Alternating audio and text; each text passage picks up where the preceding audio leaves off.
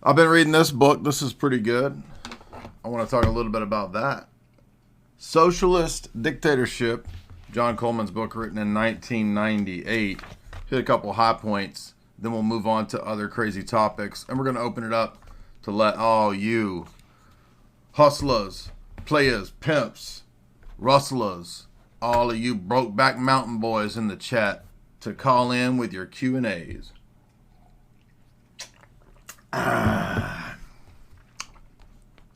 The thesis of this book, written in 1998, by the way, super prophetic. 1998. Page 1 says, citing the Council on Foreign Relations official publication in 1974, "We will build a new world order piece by piece under the noses of the American people. The house of the new world order will have been built from the bottom up rather than the top down. The end run around national sovereignty will erode piece by piece and accomplish much more than the old-fashioned frontal attack." This is Richard Gardner, leading American Fabian Socialist, in the Foreign Affairs publication of 1974 of the Council on Foreign Relations official magazine. There you have it. We've had many Fabian Socialist presidents too, by the way, if you didn't know. We had well, I don't know about many, but we had this explosion at the time of Woodrow Wilson of socialist presidents. And you might think, well, who cares about all that? That was decades, a century ago. Like, what does that matter? Like, didn't capitalism win the Cold War? No. Capitalism is not really technically what we have. You could argue that we have the logic of late-stage monopoly capitalism, which would then be Fabian socialism. Remember that Fabian socialism is reformed Marxism that made an alliance with big capital openly. You could argue that, as Oswald Spengler said, there's never been a socialist movement or socialism that wasn't backed by large capital.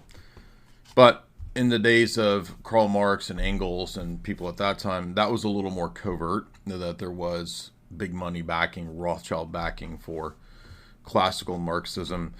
By the time we get to the Fabians in London at the turn of the last century, they began to be more open about this alliance. And so they actually sought out large capital donors and investors. And so we have the Milner circles, we have the U.S. Elite moneyed families, the Rockefellers, the Carnegies, the Morgans, the on and on and on. There's many of these. And of course, the Rothschilds also play a key role in this.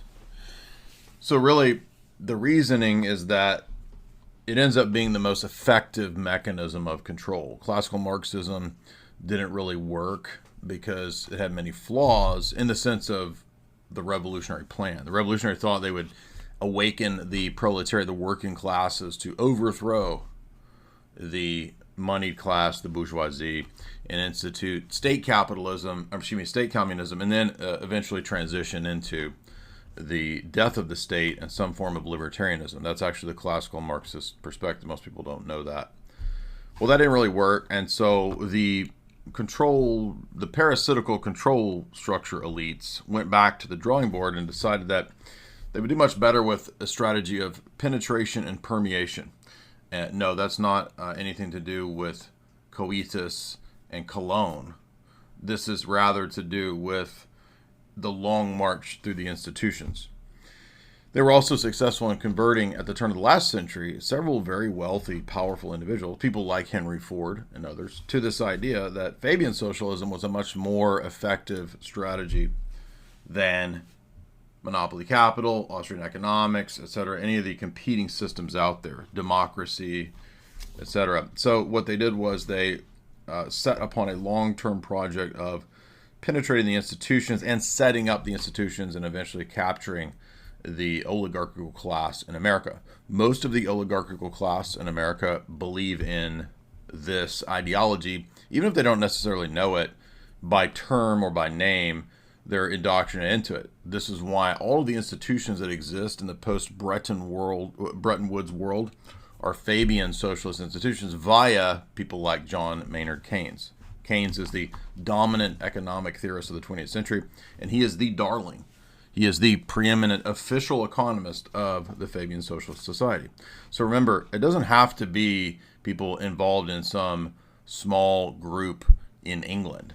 It's an ideology that was eventually evangelized throughout American academia. For example, the most famous American socialist professor, Harold Lasky, lectured for decades throughout all of America's top universities, especially the Eastern Seaboard elite universities, where from the elite derive many of their brains. You've got the Bloods and you get the brains, right? The Bloods being old money, being people with, old drug money from the opium trade in the 1600s, 1700s, making alliances with and coming out of the older English elite nobility families. And they, after setting up Yale, Princeton, Harvard, etc., would recruit people into this class, oftentimes even younger than college age. They bring them in and then make them Rhodes Scholars, bring them into the Council on Foreign Relations, bring them into the Trilateral Commission. We watched, in fact, last night with Richard Grove, an entire documentary made in 2005 from people in the establishment about the CFR, Trilateral Commission, and their grip on the country through the Eastern Seaboard elite establishment, and thus the capturing of the industrial class. So however they did it, they were fairly successful in capturing the industrialist class, the robber baron oligarch class of Rockefeller, Rothschild, Morgans, etc. They all bought into and agreed with this to the extent that David Rockefeller actually studied under and had Harold Lasky as his mentor, as well as von Hayek. Von Hayek was a little bit earlier in David's life, but later on, this was seen to be far more successful than Bolshevism. Many of the Fabians supported Bolsheviks in Russia. They actually went and met with them. They wrote letters back and forth. Beatrice and Sidney Webb writing letters to Krupskaya, etc. So they were very supportive of Bolshevism. Bolshevism didn't work that well. I mean, it worked in the sense that it destroyed Russia for a few decades, but they didn't really capture the mind of the masses to the extent that it brought about the world socialist revolution, which is what the socialists always wanted, whether classical Marxist, Bolshevik, Menshevik, Trotskyite, or Fabian socialist. So we're going to have to understand that it's not a dialectical battle between capital and socialism. It's a battle between moneyed socialism, what we're talking about, and people, the rest of the people, basically. So it's basically the perfect technology for elite oligarchical control because, first and foremost, it hides behind a mask of wanting to help the people, help the poor, and that's why it's so seductive and so devastating. They use psychology to dupe the masses. In fact, they recruited some of the top wartime, back at the time of World War II, psychological warfare people like Walter Lippmann to bring about the strategies of manipulating the public into this type of socialism. All the institutions that we have that have been set up, again, even before World War II, and we covered this, by the way, in our talk on Bitcoin Standard by Saifuddin, because the first half of that book kind of touched on a lot of this loosely. All of these people out of this period, George Bernard Shaw, John Maynard Keynes, there's a guy named Wallace, W-A-L-L-A-S. He wrote a book called The Great Society, and that's exactly where LBJ got the title for the Great Society project of welfare.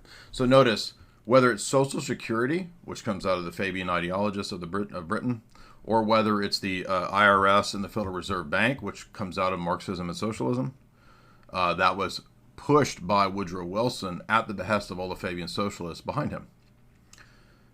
Or whether it is, fast forward all the way up to now, the indoctrination that we get about class warfare and oppression, gender dynamics, it all comes out of this ethos. So, and by the way, universal basic income is kind of the end result of where this is going. So whether it's J.B. Haldane, or whether it's H.G. Wells, or whether it's Aldous Huxley, or whether it's Arnold Toynbee, John Maynard Keynes, all of these individuals who are the supposed greatest minds of the last century all have this ideology. And that's why I keep pointing to it.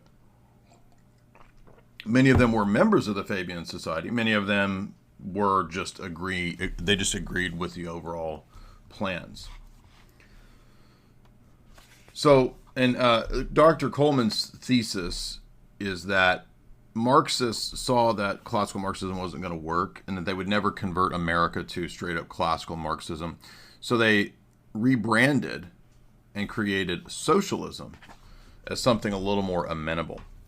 Thus, we got everybody from Woodrow Wilson to FDR to Henry Wallace, even up to LBJ. And he makes the argument that even John F. Kennedy, even Bill Clinton, are all essentially third way Fabian socialists, regardless of what they claim to be. The actions that they take signify and promote the actions and the power of this establishment, CFR, Trilateral Commission, etc. All of these institutions that have the Federal Reserve, that have really had a lockdown on the country for the last 100+ years. We can't forget, and this is something that always gets overlooked, but if you listen to Lord Voldemort, he's hammered on this the past few years because he's encountered it. This is the permeation and penetration of the judicial branch of the government. We think about, the feds in Washington, they're the bad guys. We think about the, congressional, senatorial, individuals that have been compromised and bought off and, visited Little St. James and so forth. That's all true, but what about the judicial branch? Did you know that we had Fabian socialist judges decades ago that were pro-Bolshevik? People like Louis Brandeis. And he's not the only one. In fact, there's a whole chapter, I didn't even know about this until I read this chapter, of America's long history of socialist Supreme Court judges. Crazy. I mean, again, I didn't even know this. I'm not a student of the judicial side of things. I mean, Tim Gordon probably is way more well studied in that domain. He's a law kind of dude. But we forget that this is basically how we got to that point of things like abortion, right, becoming eventually legal. We got to, the Supreme Court supporting all kinds. Remember the gay cake thing? Didn't that go to the Supreme Court? And then eventually gay marriage stuff. Like, all of this was aided and abetted by not just the New Deal and the Woodrow Wilson socialist administrations, but I'm trying to find he lists all these judges. There's a specific chapter in this book. It's a really good book, by the way. I think this is it.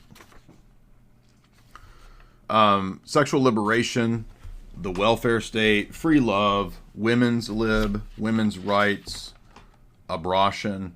They're all part and parcel of a 100+ year socialist strategy, and that's what most people don't connect. They think, but how could it be a socialist strategy? Because the Fortune 100 are pushing it. They're not socialists. They are. That's what you don't understand. The corporate structure, the Fortune 100, Fortune 500, for the most part, yeah, they have an element to which they care about stocks and the bottom line and providing for their shareholders. But as everyone has seen in the last few years, they continue to push unpopular woke policies that actually hurt their stock price, and yet they continue to do it. So it's not just about making money, you see. Why? Well, they're all part and parcel of an agenda, and this agenda is precisely a technocratic agenda. Technocracy is socialism. It comes out of the 1920s and 30s socialist movements, and the ideologues at that time, again, some of whom are people that you've heard me lecture on for many years, H.G. Wells, Bertrand Russell, they were also technocrats 100 years ago. Fast forward up to the 1970s, Zbigniew Brzezinski writes one of the most important technocratic treatises in 1972 or 3, Between Two Ages, about the technotronic or technocratic era that was coming into fruition. Whether it is the OSS, the wartime intelligence apparatus that is the predecessor to the CIA in America, or whether it's MI6, both were founded by and run by all Fabian socialist directors for the first several years. But they understood as well that it wasn't just an issue of infiltrating and permeating government and, the branches of the government and even Wall Street and corporations. It was also a matter of education, co-opting education, turning education into a tool of socialism, all the way back to the founders of American public education, Horace Mann, John Dewey, both Fabian socialists. They also wanted to infiltrate and co-opt religion. And this was done, again, not through low-level weirdos just becoming Christians, through big money funding the socialization and liberalization of Christian churches in America, largely Protestant, then Roman Catholic, and also Orthodox as well. So large foundations, very wealthy people, put millions and billions of dollars into various religious groups, and they then are on the dole. Then they will do what you want. So, again, this is all areas of society, and not just within the Christian domain. The entire New Age movement itself comes out of Theosophy. Blavatsky, Besant, Bailey, and Aleister Crowley, all of whom were fans of and promoted Theosophy. That sets the stage for the eventual blossoming and fruition of the 60s countercultural revolution and the New Age movement, which had immense effects on changing Western society. For example, all the girls that you see doing yoga, that could never have happened without Madame Blavatsky and Aleister Crowley preparing the way for the importation of yoga into the West. And so these ideologies of pagan, nations, pagan religions, etc., making their way into the West, come about again by design. And Theosophy and all the Theosophist founders and ideologues are Fabian socialists, explicitly. The United Nations, what does it push? Theosophy, through its Lucis Trust that used to be named Lucifer Publishing. What does it push? Fabian socialism, the very ideology that Julian Huxley, the brother of Aldous Huxley, wrote in a 60-page famous essay called The Philosophy of UNESCO. So, you can easily demonstrate, especially when you read books like this, all the way down to things like free trade. Free trade is a Marxist Fabian socialist policy because open borders, free trade, all of these things destroy the purchasing power and the work labor force power of the existing people group, and destroy it and erode it by design by bringing in not just democratic voters, but people who will work cheaper than the people who live here. And this is all done by design. In fact, John Coleman's books in the 1990s predicted the mass importation of tens of millions of foreigners into America by design, and that this was an old Fabian socialist strategy that they pioneered for the destruction of the UK by bringing in the Muslims. It was the Fabian socialists in the 1890s, 1900, 1910s that said, we will destroy the UK and its Christian ideology, even though it was already a pretty lame Anglican pseudo-Christian ideology. What remains of that we will destroy, they said, by bringing in Islam. And they did. They began, by the way, not by bringing in the radical Salafis and the Sunnis. They began by bringing in the very cool, vibey Sufis, bro. They got a Sufi professor at Oxford. And then after a few decades, start to bring in the more radical versions. Until eventually, it's Londonistan by design. It is not a bunch of low IQ libs. This is what it is so hard to get people to understand. if you read these people, they actually talk about what they plan to do decades, sometimes even 50 years, 70 years ahead of time, maybe even 100 years. Yeah, I have Count Kalergi's Practical Idealism. He wrote a book saying that, and by the way, Quigley says that Kalergi's plan was adopted by the Royal Society elites in the UK. So they agreed to this strategy of destroying the existing European people groups through the importation of all of these other people, meaning Islam. In America, I mean, there's quite a bit of Islam that has been imported, but other groups, for many, many years, it was Latin, South American, Mexican peoples. Now it seems to be a lot of Oshos. There are many Oshos everywhere in America now. The enrichening, as they say. You're being enriched. These are not accidents. They're not just failed liberal policies. We've got failed liberal policies. If you just vote for me, you'll... No. It's a long-term Fabian Socialist technocratic strategy. And in fact, it's been studied and mastered through the already experienced... Did you know there was a 1960s free love in Russia? Decades before? What?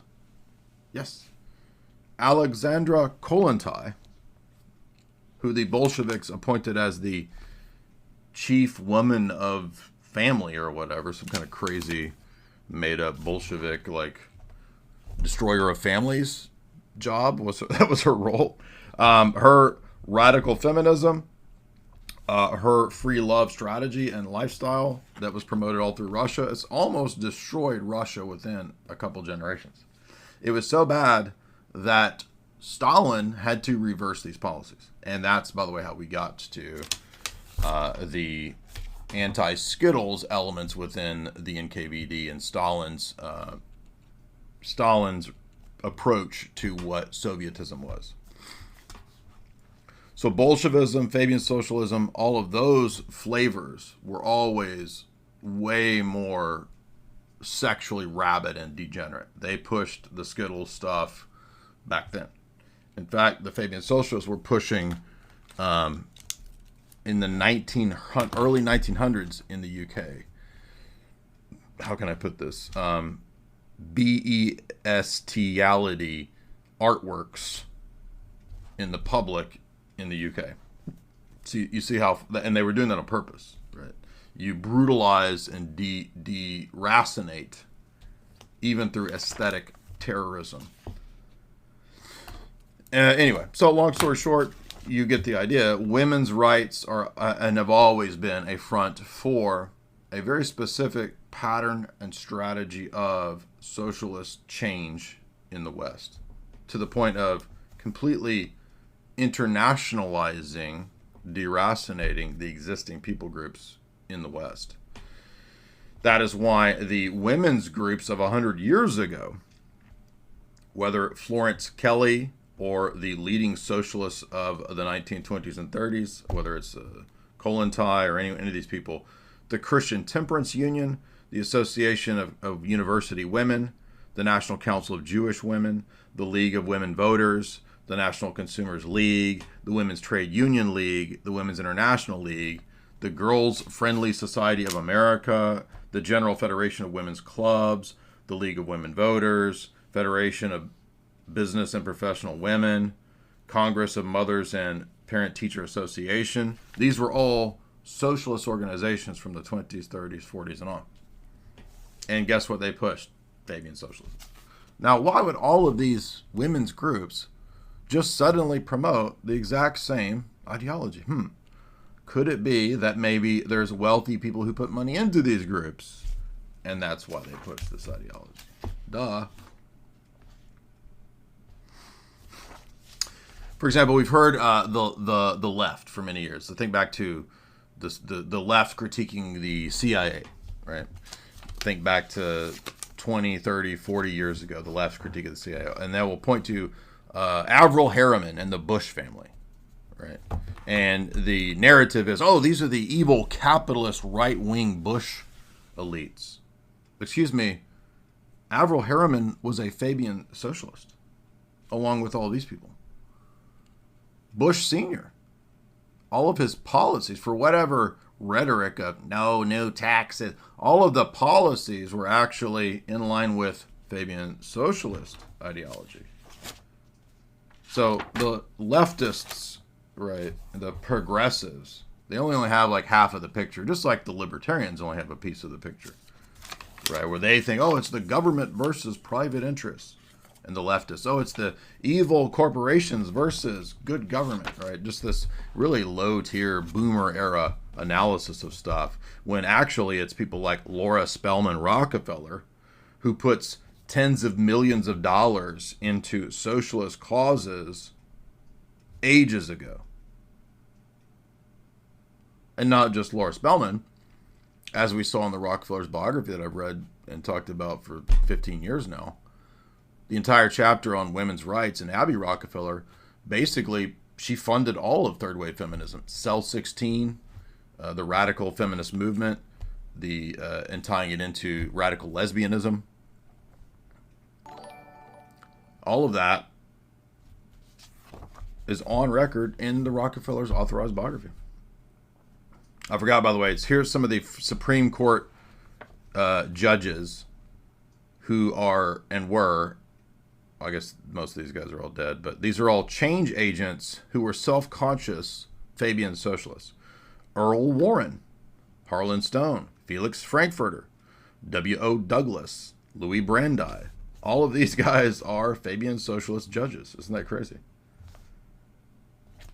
So the Justice Department, remember when, who was that black guy that Obama appointed, and he was saying, we really have to brainwash people about guns.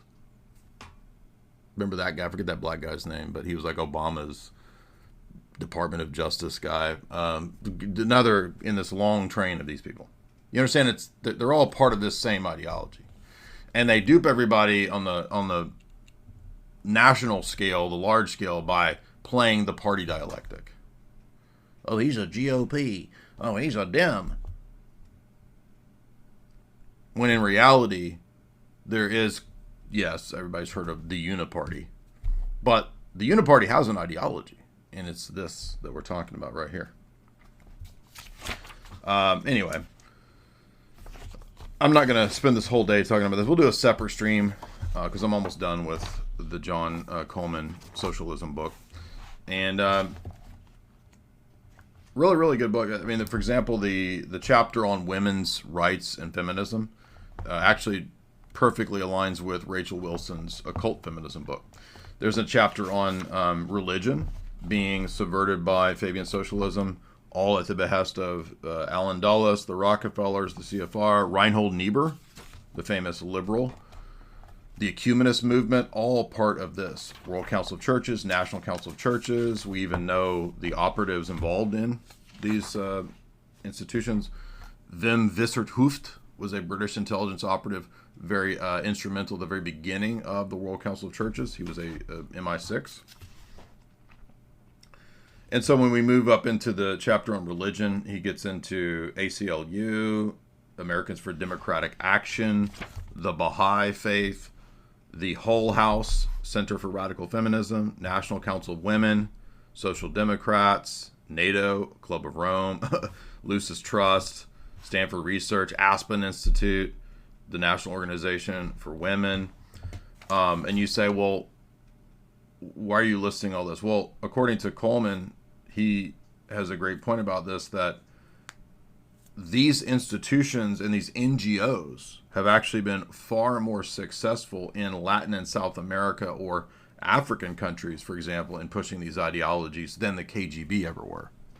So the KGB wrongly thought they could just sort of bluntly push the, Soviet ideology, and they didn't realize, no, it would be much more effective to come under the banner of human rights, liberties, etc.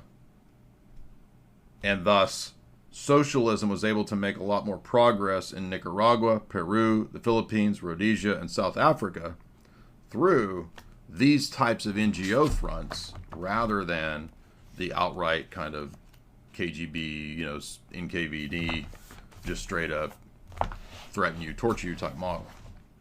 So that's a lot more sophisticated approach to the implementation of total control, tracking, tracing, all of that by people who, when you read them, are quite literally like degenerate, psycho, sex freak maniacs. That's actually what they are when you actually read these people. It's not accidental. Like there's a connection between their just gross, it's the type of stuff that Tony Podesta had artwork of, this kind of stuff, right? Same type. People that find just disgusting things appealing, they find pleasure in lying, robbing, stealing, impoverishing, and destroying people en masse. They get into it. And so I think one reason people don't understand this and can't see what's really going on is that they themselves don't have discernment about good and evil. They're blinded and they can't recognize actual wickedness. They don't just touch butts, dude. They enter butts and live in butts and destroy butts. That's what they do. It's even worse than just touching butts, dude.